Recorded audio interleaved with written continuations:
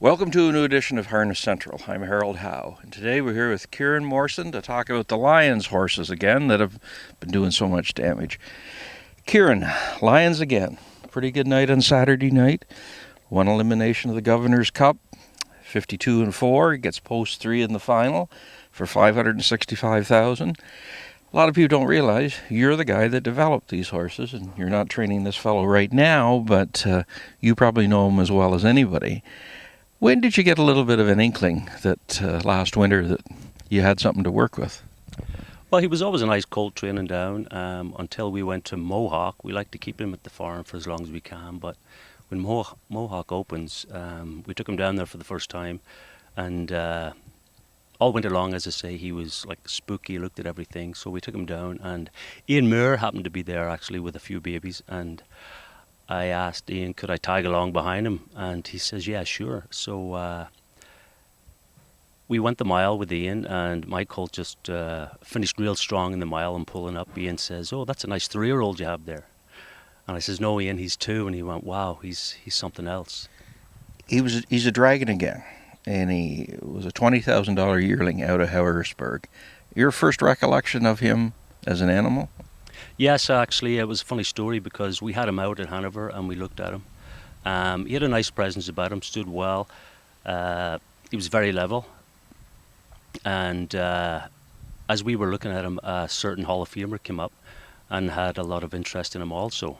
And after looking at him, we left and went to look at a couple more yearlings. And this Hall of Famer was still looking at him. And I said to Jeff, we might be in trouble here because this guy likes this colt also. It was Ray Remon.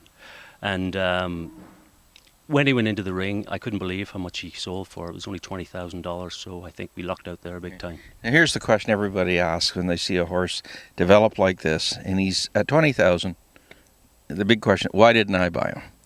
Why did you guys get him when there's several hundred other people there who didn't get him? Exactly. I couldn't believe that Hammer dropped at 20, sorry. I looked over, Jeff Mound was there. Tom Hill was sitting directly behind him, and they both thought it was a real good buy. I couldn't believe how cheap he was, to tell you the truth. I know he was a first foal. His family was okay, but he had a presence about him, and I thought he would have sold for a hell of a lot more. Well, he's certainly got a presence now after that Governor's Cup elimination win. He's made $174,000, so already he doesn't owe anybody a cracker, and he's got a little bit in the bank. Ron Burke has him. What do you think about Saturday night? Saturday night, he impressed me. The first couple of starts, I took him to Mohawk, qualified him. Gene McDonald come off and says, Kieran, he's a real nice colt. He says, but I think if you left with him, he'd tend to get a little hot. So we qualified him twice. He came home 26-2, his first qualifier. Second qualifier, he paced him on 57 and change. And then his first start I had with him here at Mohawk, I'd said to James, just get him around, keep him tidy. And he came home in 26-2 that night and paced home real strong. And if he had to put him into the race, he'd have won by open lengths. But after that, he went down to Burke's and he raced good. He paced a mile and 54 flat. His first start's 54 flat. Second start, he finished second a few times. But I think Ron wasn't happy with the way he was finishing his races. And on Saturday past in the elimination was the first time I've seen him really pace through the wire very strong. He looked the real ticket then. What do you think about this Saturday? He's got post 3. Yeah, he has post 3. I know he can get a little aggressive, but I actually think he's a better colt off a helmet if you can get him settled, like most of them are. I think he'll definitely know like he's around. I think with the trip, he's as good as any in the race. Lions, Levi Lewis. Do you think with a little bit of luck you'll get in the final here on Saturday? Yes, definitely. I hope so. Like I said, I think he's a better colt than what he showed on Saturday night. And he is a nice colt, and he deserves to be in there, actually.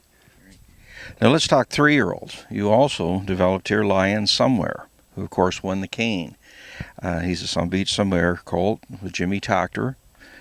But he won the cane, but since then things haven't worked out that well for him. He broke in the jug. He was 6th the other night in the Messenger elimination. From where you sit, has he had enough? No, he definitely hasn't. You haven't seen the best of this horse yet. Going into the jug, people forget he'd only like 9 or 10 lifetime starts. And I think he was actually playing catch up all year to these real good colts that can go at 3. And because he had a quiet year last year, we looked after him because we knew he was a real good horse.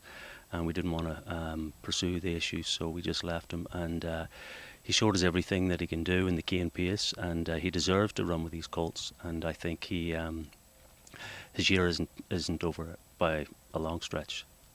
So what's next for him? He's got the Messenger on Saturday night at Yonkers, and we're hoping for an inside post because he's drawn terrible all year, and with a bit of racing luck, he'll definitely be around. Well, it's certainly not a throwaway season. He's made 376,000. Breeders' Crown eligible too? Oh, definitely Breeders' Crown as well. The thing about this colt is I'd really like to see him off a helmet on a big track. I have yet to see that all year. He's been on front end. He cut the mile for He's watching at the Meadowlands pace, world record time, and he did all the heavy lifting and still hung on to finish fourth. I thought it was a tremendous effort from him. 47.3 he paced, and like I say, he's far from finished. That's for sure. We were out here a month ago and talked to Jeff Mounds, about the strategy of having the farm here in Brantford and so forth. You're the architect who kind of keeps everything ticking over. How many do you think you're going to go into the winter with this year? Well, considering we have a few homebreds here, we've already broken, they're going well, and we bought one at Flamborough. I'm looking at probably 12 to 14. We like to keep the numbers down because there's a lot of work involved running the farm. There's a lot of other stuff to do. I have to look after the track. You be on the track at all hours of the night, and you can't do both. So we try to keep the numbers down. With the mild winters you have here, it doesn't make any difference, really, does it? Last year was tough on humans, animals, and machines. It was very, very bad, and I think we're in for the same this year as well. Don't want to hear that. Anyway, Kieran, congratulations on the season so far, and it's not done yet. So hopefully some good days coming up. Thanks, Harold. Harold Howe with Kieran Morrison, giving you the Harness Racing Edge.